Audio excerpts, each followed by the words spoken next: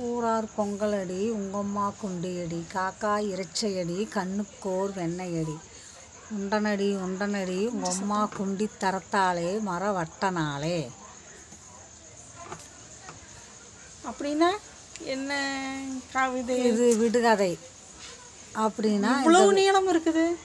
அப்படின்னா இந்த விடைக்கு விட சொல்கிறேன் கேளுங்க. சரி சொல்லுங்க.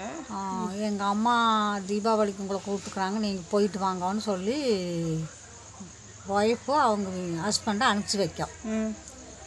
அப்போ சரின்னு போயிருக்கோம். போய் அங்கே போகையில் ஐயோ மருமகன் வந்துட்டாரே நோம்பிக்கு, வாங்க வாங்க உட்காருங்க உட்காருங்க அப்படின்னு சொல்லிட்டு அப்புறம் பொண்ணு வள்ளிங்களா, வள்ளிங்க நான் தான் வந்துட்டு போகலான்னு வந்தேன் அப்படின்னு. சரி பரவாயில்ல உட்காருங்கன்னு சொல்லிட்டு எல்லாம் சமைக்கிற சாப்பிட்டு போகலான்னு சொல்ல சரின்னு அவர் சேரில் உட்காந்துட்டாரு. இந்த அம்மா மடமடன்னு எதுவும் இல்லை வீட்டில். மடமடன்னு போய் பக்கத்து வீட்டில் நெல் காய்ஞ்சிருக்குது. அப்படியே உட்காந்து எந்திரிச்சு வந்து வீட்டில் தட்டிக்குது, ஒரு படி நெல் விழுந்துருக்குது. ஓ சரி சரி சரி.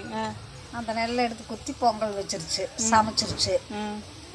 அப்புறம் காக்காயும் ஒரு எலும்பு துண்டை கொண்டுட்டு வந்து வீட்டு மேலே உட்காந்துருக்குது. அப்புறம் சின்ன காக்காய் முடிப்போட இந்த எலும்பு துண்டை தூக்கிட்டு வந்து வச்சுருக்குது. அப்புறம் உடனே போய் கொஞ்சம் வெண்ணெய் கொடுங்க கண்ணுக்குன்னு கேட்டிருக்குது. அதையும் வாங்கிட்டு வந்து வச்சுருக்குது.